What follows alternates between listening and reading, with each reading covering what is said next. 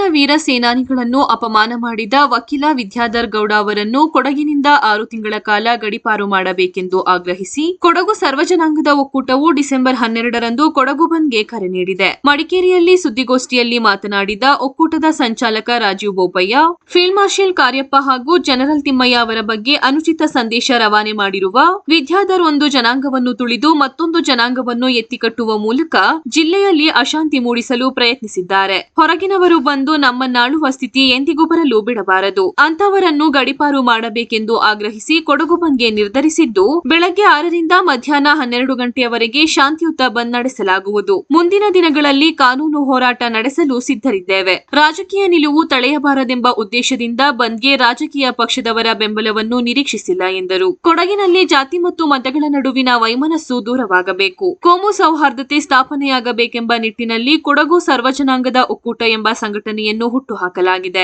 ಮುಂದಿನ ದಿನಗಳಲ್ಲಿ ಯಾವುದೇ ಜನಾಂಗ ಅಥವಾ ಧರ್ಮದ ವಿರುದ್ಧ ಹೇಳಿಕೆ ನೀಡುವುದಾಗಲಿ ನಿಂದಿಸುವುದಾಗಲಿ ಕಂಡುಬಂದಲ್ಲಿ ಅವುಗಳ ವಿರುದ್ಧ ಒಕ್ಕೂಟ ಕಾರ್ಯನಿರ್ವಹಿಸಲಿದೆ ಎಂದರು. ಚೇಂಬರ್ ಆಫ್ ಕಾಮರ್ಸ್ ಅಧ್ಯಕ್ಷ ನಾಗೇಂದ್ರ ಪ್ರಸಾದ್ ಮಾತನಾಡಿ, ಎಲ್ಲಾ ಜಾತಿ ಜನಾಂಗದವರು ವಿಶ್ವಾಸದಿಂದ ಸಹಬಾಳ್ವೆ ನಡೆಸಲು ಒಕ್ಕೂಟವನ್ನು ರಚಿಸಿದ್ದು, ಸಂಘಟನೆಯ ಮೊದಲನೇ ಕಾರ್ಯಕ್ರಮವಾಗಿ ಕೊಡಗು ಬಂದ್ಗೆ ಕರೆ ನೀಡಲಾಗಿದೆ. ವಿವಿಧ ಸಂಘಟನೆಗಳು ಬೆಂಬಲ ಸೂಚಿಸಿದ್ದು, ಅಂದು ಎಲ್ಲಾ ವ್ಯಾಪಾರ ವಹಿವಾಟು ಬಂದ್ ಆಗಲಿದೆ ಎಂದರು.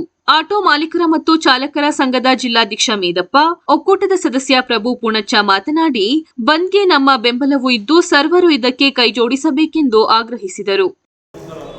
ಎಲ್ಲ ರಾಜಕೀಯ ಪಕ್ಷಗಳ ನಾಯಕರು ಮತ್ತು ಕಾರ್ಯಕರ್ತರನ್ನು ಹಾಗೂ ಸರ್ವರನ್ನು ತಾರೀಖು 12ರ ಸಾಂಕೇತಿಕ ಬಂದ್ಗೆ ಬೆಂಬಲ ನೀಡುವಂತೆ ಮಾಧ್ಯಮಗಳ ಮೂಲಕ ನಾವು ಕೇಳಿಕೊಳ್ಳುತ್ತಿದ್ದೇವೆ. ದಿನದಿಂದ ಕೆಲವೊಂದು ವರ್ಷಗಳಿಂದ ಕೊಡಗಿನಲ್ಲಿ ಜಾತಿ ಸಂಘರ್ಷಗಳನ್ನು ನೋಡ್ತಾ ಬರ್ತಾ ಇದ್ದೇವೆ. ಎಲ್ಲೋ ಒಂದು ಕಡೆ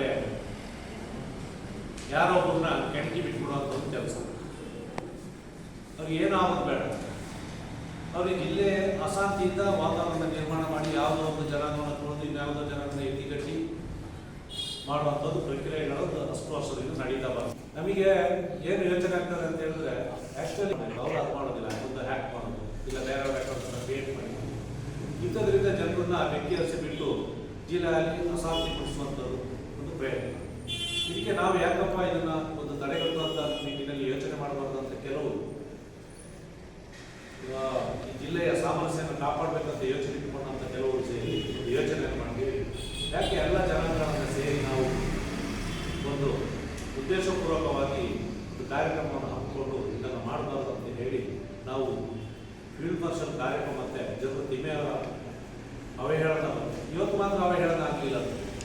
ಕೆಲವೊಂದು ವರ್ಷಗಳ ಹಿಂದೆ ಚಪ್ಪಲಿ ಮಾಲೆಯನ್ನು ಸಹ ಹಾಕಿದ್ವಿ ಹೊಡೆದಲ್ಲಿ.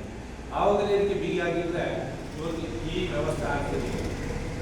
ಆ ಕಾರಣದಿಂದ ನಾವು ಯೋಚನೆ ಮಾಡಿ ಇನ್ನು ಮುಂದೆ ಇದು ಆಗಬಾರ್ದಲ್ಲ ಅನ್ನುವಂಥ ಚಿಂತನೆಯೊಂದಿಗೆ ನಾವು